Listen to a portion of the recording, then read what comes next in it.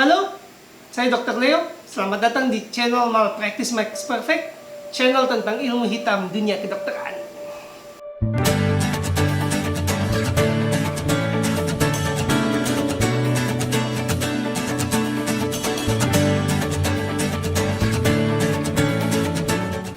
Gagal jantung. Selamat datang di playlist gagal jantung. Saya akan menjelaskan bagaimana gagal jantung merupakan penyakit paling serius di Indonesia. Menurut saya, jadi semua penyakit ya tentunya serius ya. Penyakit apapun ya pasti katastrofik buat penderitanya. Entah kanker, gagal jantung, diabetes, stroke, serangan jantung. Tapi kalau dirunut katastrofiknya, tanda kutip, saya merasa gagal jantung yang paling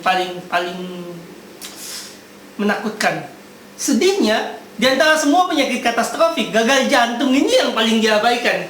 Coba Anda ke tetangga atau ke teman Anda yang mungkin dokter, ke siapapun, atau ke agen asuransi, tanyakan, gagal jantung ini masuk katastrofik apa enggak? Kalau Anda tanya, kena HIV katastrofik nggak? Ya iya, kan HIV kan serius, pasti mati lagi. Terus kalau Anda tanya kanker, pasti katastrofik. Anda tanya stroke, iya. Anda tanya gagal ginjal akut, iya katastrofik itu. Tapi gagal jantung, mungkin iya, mungkin enggak. Gagal jantung itu katastrofik. Tapi nggak pernah dikatastrofikan, karena kalau memasukkan katastrofik. Penyakit gagal jantung itu penyakit yang katastrofik, yang luar biasa mematikan. Kenyataannya iya, sistem pembiayaan kesehatan kolaps, termasuk asuransi swasta bisa kolaps. Karena jumlah penderitanya terlalu banyak untuk diobati dengan standar yang tertinggi. Diobati standar murah, diobati dengan standar terendah, gagal jantung murah. Diobati dengan standar tertinggi, gagal jantung sangat mahal. Ini adalah salah satu alasan mengapa asuransi, jaminan kesehatan, dan di masyarakat berkembang bahwa gagal jantung bukan katastrofik. Saya jelaskan kenapa ini katastrofik. Pertama, gagal jantung itu, saya ketawa karena ini nggak pernah dikampanyekan. Bingung saya. Gagal jantung itu angka kematiannya tinggi. Dalam satu gagal jantung di tahun pertama, itu kemungkinan meninggalnya 15%. Pada tahun kelima, kemungkinan meninggalnya 43%. Setengah, hampir setengah, 43% setelah tahun kelima penderita gagal jantung meninggal. Lalu katastrofik bukan? Nah, pertanyaannya kan gini, Dokter Leo, 43 itu besar apa enggak sih kalau di dunia kedokteran? Kanker payudara menakutkan kan? Pasti masuk berita, artis kena kanker payudara masuk berita. Berapa kemungkinan meninggal dalam 5 tahun? 10-20%. Ya, kanker prostat, sering dengar kan? Katastrofik kan? Iya dong.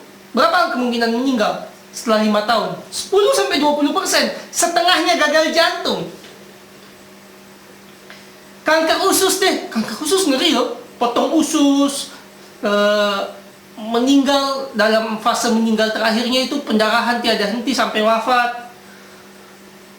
Berapa kemungkinan wafatnya? 20% dalam 5 tahun. Oke. Semengerikan apa gagal jantung?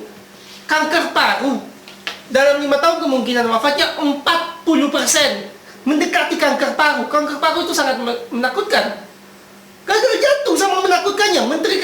Mantan Menteri Kesehatan kita wafat kanker paru loh. Beberapa 10 tahun lalu apa kalau nggak salah. Kanker paru mengerikan. Gagal jantung sama mengerikan atau lebih mengerikan. Jadi ini penyakit katastrofik, angka kematiannya tinggi. Kita abaikan karena kalau kita masukkan ini katastrofik yaitu bangkrut tak? Sistem kesehatan atau jaminan kesehatan atau asuransinya, baik swasta ataupun publik. Selain biayanya besar, gagal jantung itu juga jumlah penderitanya banyak. Kanker dibilang katastrofik, tapi yang benar kena kanker itu sekitar 2 juta. Ini pakai data di Amerika, saya nggak punya data di Indonesia. Di Amerika itu 2 juta. Jumlah penduduknya mendekati jumlah penduduk kita, kan mereka 300 juta. 2 juta kena kanker. Berapa kena gagal jantung? 6 juta, 3 kali lipat. Dengan biaya perawatan yang sama, pembiayaan 3 kali lipat, kolaps sistem kesehatan kalau mau menerapkan standar tertinggi untuk pasien gagal jantung. Yang bisa kita lakukan ya standar terendah. Baiknya adalah bahwa pengobatan gagal jantung tidak seperti diabetes. Jadi kita di dalam playlist ini tidak akan ada kata meracuni pasien. Tapi standar yang kita terapkan memang bottom line, standar terendah. Ketika masyarakat melihat gagal jantung sebagai penyakit katastrofik, standar terendah ini bisa jadi masalah politik. Nah, ini yang coba diredam dengan mengatakan bahwa gagal jantung adalah sakit kronis yang biasa, bukan katastrofik. Enggak. Selain risiko kematian yang tinggi, nah ini selain risiko kematian gagal jantung tinggi, gagal jantung ini mengerikan karena cara matinya mengerikan. Kan gitu, penyakit katastrofik. Saya takut kanker usus karena saya membayangkan kalau saya mati pelan-pelan dengan terus berdarah itu kayaknya serem. Saya nggak mau kena kanker leher rahim karena kayaknya kalau di akhir hayat saya terus berdarah sampai meninggal itu mengerikan. Saya nggak mau sakit stroke karena saya khawatir di akhir hayat saya sudah bukan diri saya lagi karena perubahan perilaku dan ingatan. Jadi kita semua pasti mati, tapi cara matinya ini yang mengerikan. Nah, gagal jantung ini cara matinya mengerikan. Jadi dia katastrofik bukan cuma karena angka kematiannya tinggi, tapi cara matinya mengerikan. Ada 2 cara mati pasien gagal jantung. Yang pertama namanya sudden cardiac death. Jadi jantung kan ibaratnya pompa pakai listrik, blep blep blep blep. Pada kondisi gagal jantung, listriknya ini kadang-kadang pedot, putus, hilang, tiba-tiba hilang, nol. Terus jantungnya berhenti. Ya udah otomatis otak mati, semua mati, mendadak. Namanya sudden cardiac death. Ini sering terjadi pada pasien gagal jantung. Nah, sudden cardiac death ini mengerikan. Kenapa? Karena kalimat kalau Anda tanya, Anda penderita gagal jantung, Anda tanya ke dokter manapun, dok, kalau saya gagal jantung, kira-kira kapan saya meninggal ya? Gimana tanda-tandanya ya? Kan kita nggak tahu kapan kita meninggal, tapi kita ingin tahu tanda-tanda kalau wafat itu dekat. Balik lagi ke contoh kanker, umpamanya kanker usus gitu ya, dok, saya udah kayaknya stadium akhir, kira-kira tanda-tandanya apa kalau kematian udah dekat ya? Dokternya akan bilang, terus keluar darah dari saluran pencernaan, muntah darah kah, itu artinya udah dekat waktunya. Kan ketahuan. Banyak penyakit itu ketahuan di dekat-dekat akhir, suatu emergensi yang sudah nggak bisa ditolong lagi gitu loh. Tapi ada tanda-tandanya. Sudden cardiac death nggak ada. Anda tanya dokter, kapan saya meninggal? Apa tanda-tandanya dok kalau saya udah gagal jantung? Nggak tahu. Tiba-tiba aja blep. Fenomena sudden cardiac death ini menyiksa pasien. Karena gini, salah satu pelanggaran hak asasi manusia pada terpidana yang kena eksekusi hukuman mati adalah tanggal eksekusi yang terus ditunda atau tanggal eksekusi yang nggak jelas. Kebayang nggak? Kamu dihukum mati, kamu tahu kamu dalam waktu dekat, jadi bukan karena semua orang pasti mati, bukan gitu. Dalam waktu dekat kamu akan meninggal dieksekusi oleh negara. Tapi kamu nggak tahu kapan. Tiap hari kamu bangun pagi, kamu bilang mungkin hari ini.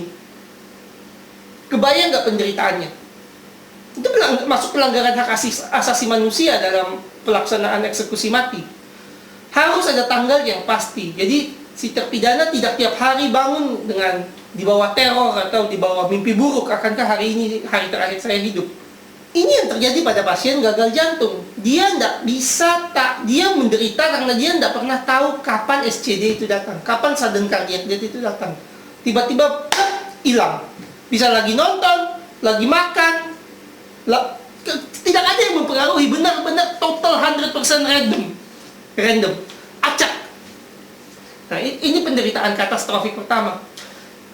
Nah, cara mati kedua itu nggak lebih baik. Cara mati kedua namanya gagal pompa. Ya, Jantungnya terus berdetak, tapi darahnya udah berhenti dipompa pelan-pelan. Akhirnya apa yang terjadi? Yang terjadi adalah pasien sesak, terus tambah sesak, tambah sesak, tambah sesak, tambah sesak, tambah sesak, tambah sesak, tambah sesak, mati. Dalam legenda, cerita rakyat, banyak negara, bukan cuma satu negara, ada dua cara mati yang mengerikan. Ditakuti bahkan oleh para pejuang yang warrior atau pejuang-pejuang pahlawan. Dua cara mati ini adalah dibakar hidup-hidup atau tenggelam. Tenggelam, model matinya adalah sesak, sesak, sesak, sesak, sesak, sesak, sesak, mati. Itu mengerikan. Karena orang sehat, orang yang otaknya sehat, akan struggling untuk bernafas sampai titik penghabisan. Nah, kalau Anda pernah lihat orang wafat karena tenggelam, itu bisa menimbulkan trauma psikis tersendiri, karena Anda melihat bagaimana seorang manusia instinktualnya mencoba untuk tetap hidup, dan akhirnya dia menggelepar mati di laut. Kasusnya dipindah dengan gagal pompa. Gagal pompa ini menggelepar mati di UGD ya, karena pompanya gagal. Tapi fenomenanya apa yang dirasakan secara subjektif oleh pasien sama. Sesak, sesak, sesak, sesak, sesak, sesak. Jadi cara matinya mengerikan. Cara mati gagal jantung ini mengerikan. Angka kematiannya tinggi. Dok, masa sih katastrofik? Oke. Bagaimana kalau sebenarnya udah katastrofik lah, siapa sih yang tega bilang kayak ini bukan katastrofik. Tapi yang nambah gagal jantung ini serius adalah gejalanya. Kalau saya menceritakan gagal jantung ke sesama dokter atau ke pasien atau ke hanya kontak kenalan, saya akan mendeskripsikan gagal jantung ini seperti neraka di dunia. Saya nggak bicara agama, cuma maksudnya neraka ini adalah kayak deskripsi siksaan akhir zaman gitulah untuk beberapa agama yang percaya. Pertama, gagal jantung itu penderitanya itu mengalami rasa haus yang tak terobati. Jadi kebayang ya, kamu haus, minum tetap haus, malah tambah sesak. Itu yang dirasakan oleh pasien gagal jantung. Ketika jantung gagal memompa darah ke kerongkongan, gagal memompa darah ke bibir, gagal memompa darah ke jaringan-jaringan yang jauh dari jantung, maka jaringan tersebut akan kering. Jadi orang gagal jantung itu sering Anda lihat membasahi bibir berulang-ulang. Alasannya, bibir dia kering. Kenapa? Karena ya jantungnya udah nggak kuat mompa sampai ke bibir. Akhirnya pasien akan sering haus. Nah, kalau haus ya minum dong. Ya enggak sesederhana itu ya. Karena pasien gagal jantung ini, jantungnya gagal mompa, tekanan alirannya itu pelan. Jadinya, ketika kita minum, ketika pasien itu haus dan minum lebih banyak, yang terjadi adalah cairannya malah menumpuk di paru-paru, malah menumpuk di kaki, malah menumpuk di jaringan. Tambah sesak dia, hausnya nggak hilang karena jantungnya tetap gagal mompa, tetap cairan itu nggak sampai ke bibirnya meskipun dia minum lebih banyak. Yang ada dia tambah sesak karena jantungnya tambah terbeban. Fenomena haus ini sampai ke otak. Kenapa sampai ke otak? Karena ketika dia haus dia minum kan. Akhirnya garam di dalam tubuhnya itu terlarut. Jadi konsentrasi garam drop. Otak membaca konsentrasi garam yang jatuh itu sebagai rasa haus. Jadi rasa hausnya itu bertambah dan kayak semakin menggila. Padahal tubuh nggak bisa lagi memperbaiki itu gitu. Harus ada intervensi medis ketika itu terjadi. Ya kita tambahkan garam. Jadi rasa haus yang tak terobati ini nyata ada pada pasien gagal jantung, dan memang perjalanan penyakitnya melibatkan rasa haus yang tak terobati ini. Dua, pasien gagal jantung juga mengalami rasa lelah yang tidak terobati. Ketika saya bilang rasa lelah yang tidak terobati, artinya pasien gagal jantung ini mengalami terus rasa lelah, meskipun diobati dengan benar, meskipun dipasangi alat dengan tepat. Karena rasa lelah ini sudah subjektif sebagai model adaptasi badan untuk tidak memaksakan kerja jantung. Karena kalau badan tidak adaptif terhadap kerja jantung, ya jantung kerja lebih cepat, ya kemungkinan kerusakan akan lebih berat. Dan kondisinya memang rasa lelah ini diakibatkan juga oleh jantung yang sudah tidak mampu. Jadi nggak bisa dipaksa lagi, ya namanya tidak mampu, ya pompanya rusak, nggak mungkin kita paksa. Sekian, ya pasti nggak bisa diapa-apakan. Nah, tentunya rasa lelah yang tidak terobati ini akan menghancurkan kualitas hidup pasien. Jalan lelah, ke WC lelah, nggak lebay loh ke WC lelah. Kalau sudah di tahap akhir gagal jantung itu ke WC lelah. Pipis loh lelah, nggak ke WC karena konstipasi, susah BAB lalu lelah ngeden, enggak. Buang air kecil bisa lelah. Kaget bisa tiba-tiba lelah. Bicara loh bisa lelah. Jadi kualitas hidup pasien itu benar-benar berantakan kalau rasa lelah ini berat. Dan ini akan terus terjadi sampai pasien wafat. Yang ketiga, pasien gagal jantung ini ya rasa kebahagiaannya pasti minim. Kamu bisa berempati ya, bisa merasakan. Bayangkan kamu jadi mereka. Bayangkan kamu ngomong aja lelah. Bayangkan kamu jalan aja lelah. Bayangkan kamu haus, minum, sesak. Haus, minum, sesak. Bagaimana caranya kamu bahagia kondisi hidupmu seperti itu? Karena itu 30% dari pasien gagal jantung punya depresi. Gangguan jiwa yang disebut depresi. 30%, sepertiga loh. Situasi gagal jantung memang suram. Memang gelap. Seakan ya tidak ada harapan. Dan saya nggak nyangka, memang kayaknya nggak ada harapan. Terutama dalam segi pembiayaan. Bahkan negara maju nggak bisa. Jadi saya nggak muluk-muluk bilang bahwa kalian akan bisa. Cuma ada dua hal yang baik tentang gagal jantung. Pertama, dengan perkembangan ilmu pengetahuan dan teknologi, kalau kamu punya uang, kamu bisa mencegah mati mendadak dengan ICD, alat namanya ICD bisa mencegah ya, nggak total kamu pasti nggak mati, enggak. Cuma mencegah mati mendadak itu, sudden cardiac death, dengan ICD. Kemudian dengan gagal pompa, kamu bisa konsultasi dengan dokter spesialis bedah toraks, kardio, dan vaskuler untuk pemasangan LVAD namanya. Nah itu ini di luar kompetensinya saya. Jadi saya hanya sampaikan bahwa ada alternatif alat bantu jantung yang mencegah kematian kalau Anda punya uang. Tapi Anda bisa diskusikan dengan ahlinya kalau Anda tertarik. Jadi penderitaan-penderitaan yang di atas itu meskipun 100% terjadi, 100% tidak bisa disembuhkan, tapi bisa diringankan kalau Anda ada uang dan Anda adalah kandidat yang tepat. Jadi uang nggak segalanya. Saya nggak bilang kalau Anda ada uang Anda pasti bisa. Enggak. Kalau Anda kandidat yang tepat juga. Percuma gitu kalau Anda sudah terlambat di akhir dan pemasangan justru mungkin membahayakan nyawa Anda, ya pasti nggak dipasang. Jadi kalau kondisi Anda tepat, uang Anda ada, penderitaan ini bisa dikurangi. Kabar baik kedua ya yang tadi saya bilang. Di Indonesia pasien gagal jantung mendapatkan pengobatan yang benar. Standarnya mungkin di bawah, tapi pengobatannya benar.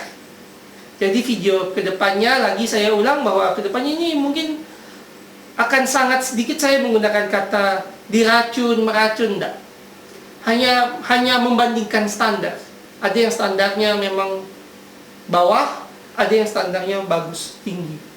Tapi kalau sudah distandarkan artinya tidak terjadi malpraktek medis. Ya, itu tidak terjadi di Indonesia, kabar baiknya. Terima kasih telah menonton video Malpractice Makes Perfect. Tonton terus, jangan lupa like, comment, share, dan subscribe. Saya berharap video ini tidak putus. Informasinya hanya di Anda, tapi Anda bisa terus membagikan video-video saya. Semoga dengan dibagikannya video ini, Anda bisa menyelamatkan kesehatan keluarga dan rekanan dan kenalan Anda. Sekali lagi, terima kasih.